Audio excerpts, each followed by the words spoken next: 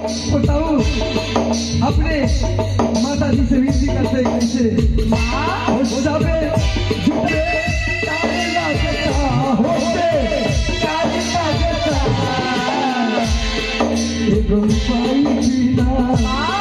एक माता बिना भगवान माई